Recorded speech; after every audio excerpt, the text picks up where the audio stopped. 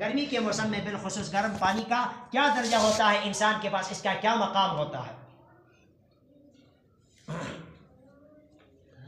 اور فرمایا اللہ کے رسول نے لا تزال قدما ابن آدم یوم القیامت حتی یسأل عن خمس،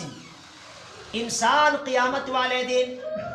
ایک قدم آگے پیچھے نہیں ہل سکے گا جب تک اس سے 5 سوالات نہ کیے جائیں اور 5 سوال کے جواب کو نہ دے۔ نمبر 1 عن علمہ فیما پہلا سوال اس سے ہوگا عن عمرہ فیما افناہ، عمر کے بارے میں کہ ہم نے تجھے 60 سال 50 سال 80 سال عمر دی، یہ عمر جانوروں کی طرح ویسے گھومنے پھرنے کے لیے نہیں دی تھی، یہ قیامت کی آخرت کی تیاری کے لیے دی تھی، تو تو نے کیا تیاری کی اس آخرت کے لیے، عمر کے بارے میں پوچھا جائے گا۔ اور فرماتے ہیں علماء کہ عمر کا انفاس تعد فکلما مضى نفس منها انقصت به جزءا، تیری عمر چند منٹوں سیکنڈوں کا مجموعہ ہے، تیری عمر چند منٹ اور سیکنڈوں کا مجموعہ ہے جو شمار کی جا رہی ہے، اللہ کے پاس شمار کی جا چکی ہے۔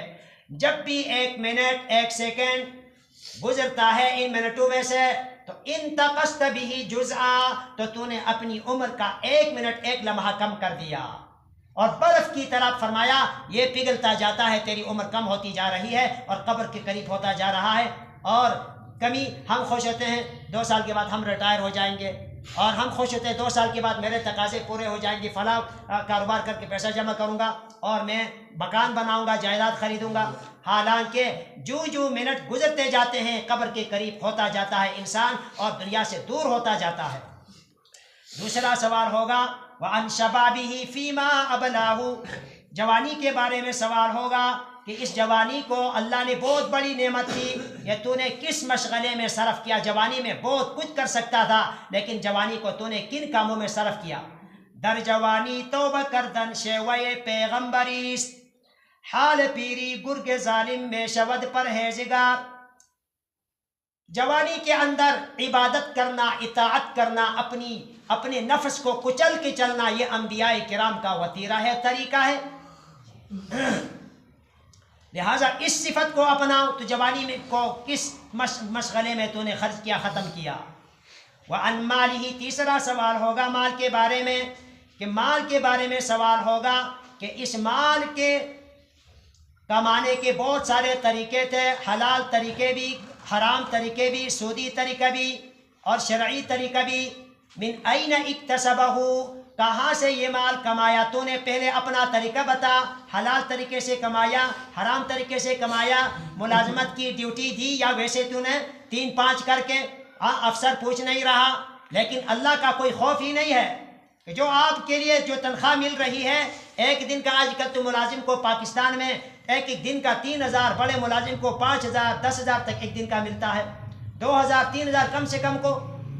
تو یہ جو تو نے ڈیوٹی دی ہے یہ کس طریقے سے تو نے پیسہ جمع کیا، بینک بیلنس جمع کیا، آیا جتنی تو ڈیوٹی دیتا ہے پیسہ اتنا لیتا ہے یا پیسہ زیادہ لیتا ہے، ڈیوٹی کم دیتا ہے؟ اور کاروبار کرنے والا کیسے کمایا، دھوکہ بازی کے ساتھ تو نہیں، یا کسی اور طریقے سے جس نے مال کمایا؟ سوال ہوگا من این اکتسبہ، کہاں سے مال کمایا، حلال طریقے سے یا ناجائز طریقے سے؟ اور کمانے کے بعد مصارف بھی اس مال کے بہت زیادہ تھے کہ تو نے صرف کہاں کیا، خرچ کیا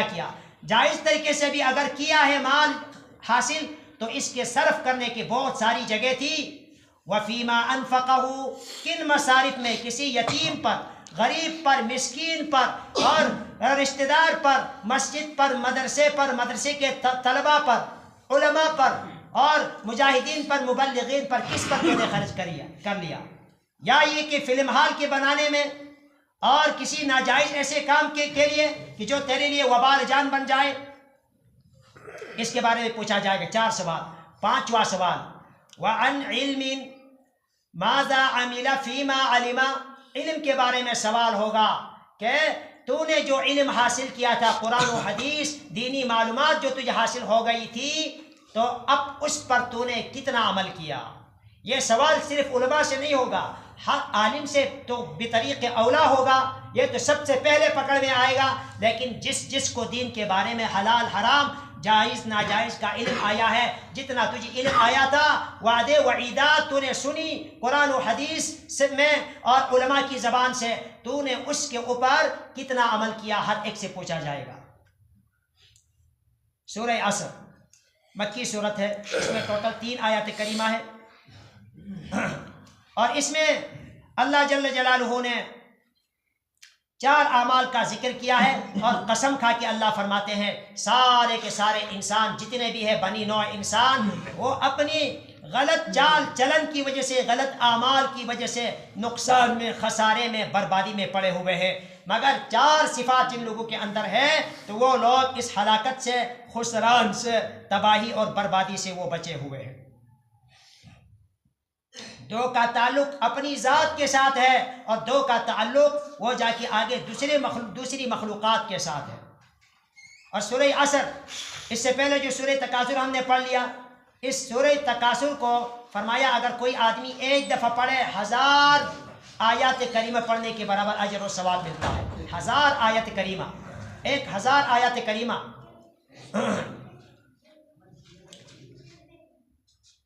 اور یہ سورہ عصر انتہائی جامع صورت ہے۔ امام شافعی رحمۃ اللہ نے فرمایا اگر صرف یہی ایک صورت کے مضامین پر انسان غور کرے دنیا اور آخرت کے لیے یہ صورت کافی ہے۔ تو اللہ فرماتے ہیں، قسم اٹھائی اللہ نے، بسم اللہ الرحمن الرحیم، والعصر، قسم ہے زمانے کی،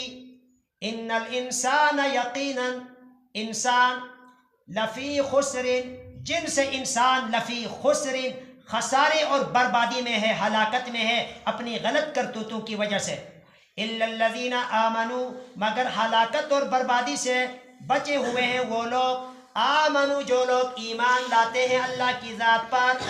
پیغمبر کی رسالت پر، قیامت کے دن پر، قرآن کی حقانیت پر جو لوگ ایمان لاتے ہیں وہ لوگ ہلاکت سے بچے ہوئے ہیں۔ وعاملوا الصالحات، اور اپنی زندگی کا مقصد بنا کے معمول کے ساتھ اعمال کرتے رہتے ہیں۔ ایمان لانے کے بعد چھٹی کر کے نہ بیٹھے بھائی میں مسلمان ہوں، نہیں، ایمان لانے کے بعد مختلف تقاضے تیری طرف متوجہ ہے مسلمان، لہٰذا کبھی نماز، کبھی روزہ، کبھی حج، کبھی زکوٰۃ، کبھی صلہ رحمی، خوش اخلاقی اور غمی خوشی، ہر معاملے میں بیت اللہ، بیت الخلاء سے لے کے بیت اللہ تک تیرے لیے تو عبادت ہی عبادت ہے اور عمل ہی عمل ہے۔ پابند ہے انسان اپنی مرضی سے نہیں چل سکتا۔ وعاملوا الصالحات، اور عمل کا ذکر کیا، عمل کہتے ہیں اس انسان کے عمل کو، وہ کام کہلاتا ہے جو معمول کے ساتھ ہو، دوام کے ساتھ ہو، اس کو عمل کہتے ہیں، اور جہاں پر دوام اور معمول نہیں اس کو فعل کہا جاتا ہے۔ تو یہاں قرآن نے فرمایا جہاں بھی ایمان کا ذکر کیا تو ایمان کے ساتھ عمل صالح کو شرط کے طور پر ذکر کیا ہے۔ ایمان لانے کے بعد آرام سے نہ بیٹھے بلکہ اعمال صالحہ میں اپنے آپ کو اپنے آپ کو کھپائے، اور عمل یہاں صالحات کا ذکر کیا، اور صالح کہتے ہیں ما وافق السنہ، عمل صالح اس کو کہتے ہیں جو پیغمبر کے طریقے کے موافق ہو۔ ایک انسان نماز پڑھتا ہے، اتنا جلدی پڑھتا ہے، 2 منٹ میں 3 منٹ میں 10 رکعت پڑھتا ہے، یہ نماز نہیں ہے، یہ کوئی تماشا ہے۔ نماز آرام سے پڑھنے کی چیز ہے، خشوع و خضوع سے، ظاہر بھی بالکل خاموش، نہ ہاتھ کی حرکت، نہ کپڑوں کے ساتھ چھیڑ چھاڑ، نہ داڑھی کے ساتھ، اور دل کا تعلق بھی ایک اللہ کے ساتھ، اور وہ بھی وقار کے ساتھ، جلدی جلدی نہیں، اللہ کے سامنے آرام آرام سے، حرکت بھی انسان کی اوپر جاتے اٹھتے وقت، نیچے جاتے وقت وہ بھی آرام کے ساتھ ہو، تو یہ عمل صالح کہلائے گا۔ یہ پیغمبر کا بتایا ہوا طریقہ ہے، ایسی نماز اللہ کے ہاں قبول ہے۔ اور ان الصلاۃ تنہا عن الفحشاء والمنکر، یقیناً نماز روکتی ہے ظاہری گناہوں سے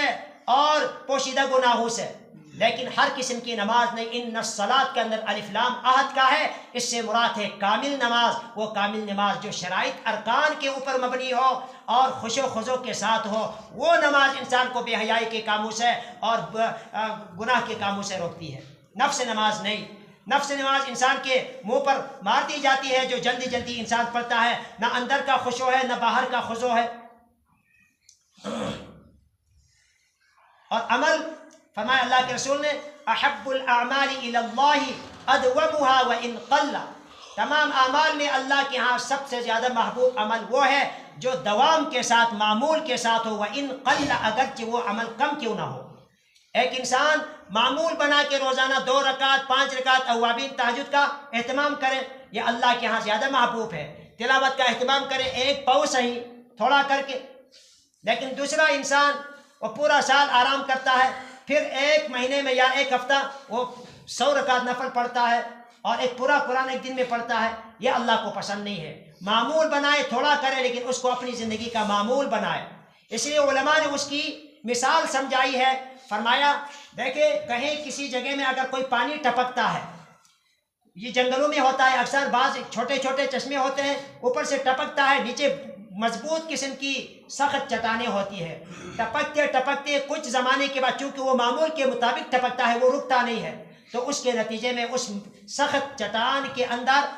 سوراخ پیدا ہو جاتا ہے۔ لیکن اگر ایک پورے سمندر کا پانی اسی چٹان کے اوپر ایک ساتھ بہا دے، اس سے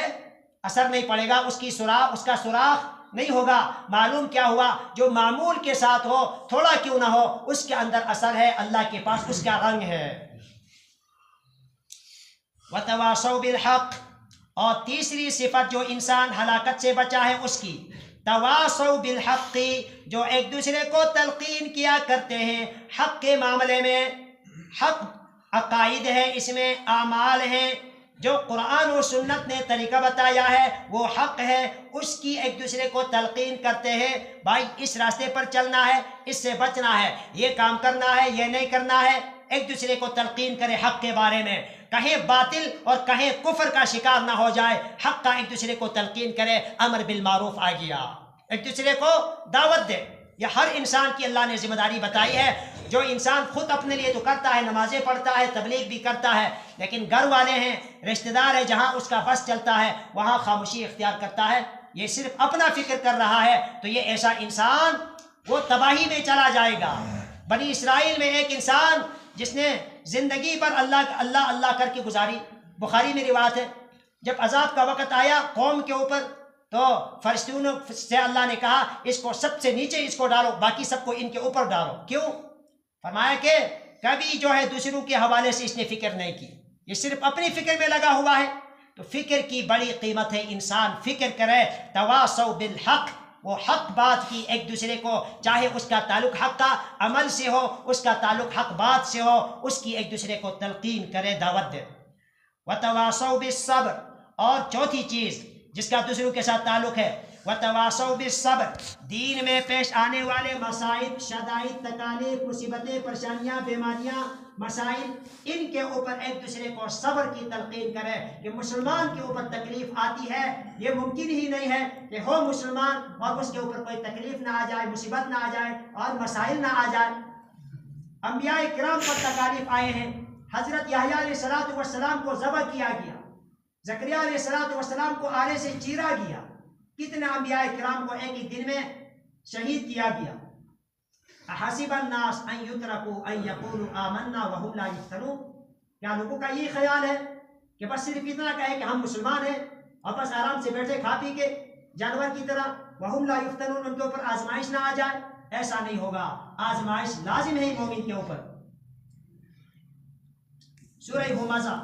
مکی صورت ہے،